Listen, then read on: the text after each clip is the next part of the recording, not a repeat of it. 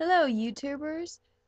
I got a request to make another updo video using curly hair for any special event. Now, this particular style is best with medium to longer hair, and as you can see throughout the video, you're probably going to be able to tell I'll have different problems pinning the hair because it's a little bit too short and it's angled, so it makes it a lot more difficult. But uh, you can do it if you have layers or anything else. Actually, layers look really awesome with this style.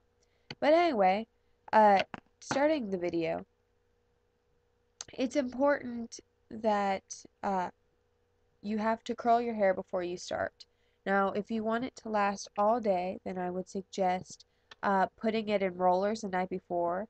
Um, or if it's only going to be for a couple hours, or if your hair really takes extremely good to using the curling iron, you can do that, or you can use hot rollers. Now, because she's not going to be moving about or anything, since it's just a mannequin head, I just use hot rollers, and then I use a curling iron on the bottom. So, that's completely up to you on what you would prefer. So I'm just going to take and run my fingers through the curls just to make them individual. Then I'm going to take a rubber band and a triangle section in the back. This is going to be the base of the updo, and everything is going to be pinned to this. And even though it's covered up, it's important to make sure that it's smooth. So we're just going to take and put it in a nice ponytail and smooth it with a comb. Just like this.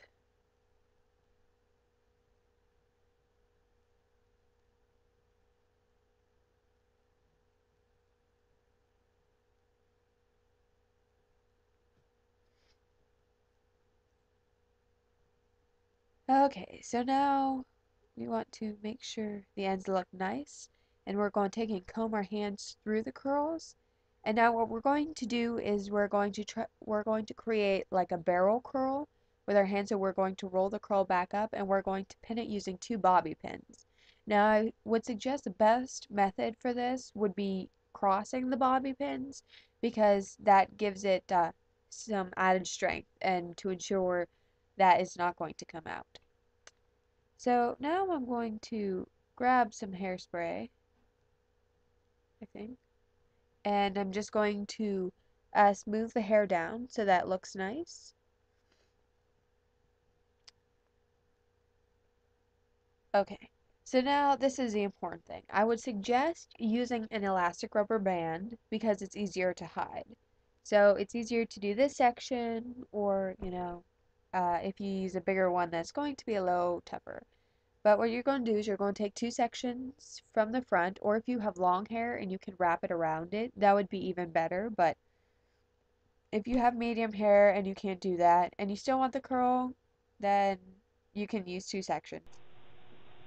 And you're just going to wrap it around your little curl there to hide the elastic rubber band. As you can see, I'm still having problems with it, but that's not important. So it's hidden now, and so you're just going to take a little sections. I would suggest, I don't know, maybe 1 square inch might be the best thing for this. But of course you can use whatever you want, whatever you think looks good. And what we're going to do is we're just going to pin that to the big curl that we had did on top in the rubber band section. Now you're going to do this all over the head. Um, but what you want to do is in the back you want to leave about an inch veil from the hairline, because we're going to do something kind of special with that.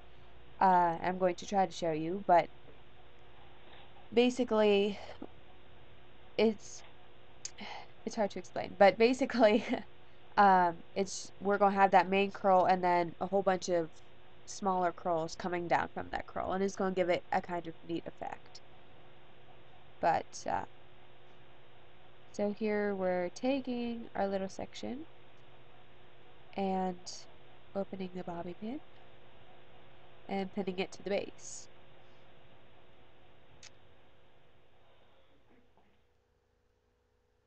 So after you do all that, we're going to speed it up, and I kind of did this off camera, but you got the idea. Um, you're going to take both sides and you're going to pin them, but you're going to pin them to the side so that kind of looks like it's creating a low V and it's overlapping. So it looks kind of cool. Now with this, because there's so much hair, once again, I would suggest the creating an X because it won't fall down. And I had problems when I was doing this because it liked to fall down. Okay, so now you're going to take and you're going to separate the curls to make it look good. And now you're just simply going to take the front and you're going to pin it back to your base once again. And this is going to create curls all around it. So it looks really neat.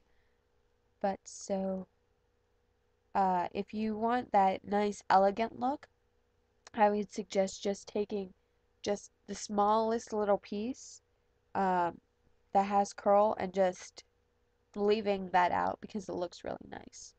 Now, I purposely left a piece out in the back that gives it a nice curl, um, and it actually looks really nice when it's turned around and you can see it and it looks distinct. Now, before I forget to tell you, when you are pinning up the back, it's important to make sure, well, it's not really important, but it looks better and it looks like your hair's longer if you take and when you do the V section, if you take and put those curls uh, lower than the base, because then that makes it look like, well, once again, that your hair is longer and it's more layered and it just, to me, it looks really nice. So I hope that you like this video, and I'm just going to take and because this took 2 days to film because I got so frustrated, uh, I'm just going to recurl um, the little pieces that I had left out to give it that elegant look. So my nice, wonderful Marcel curling iron that I hope never breaks because I would so be lost without it.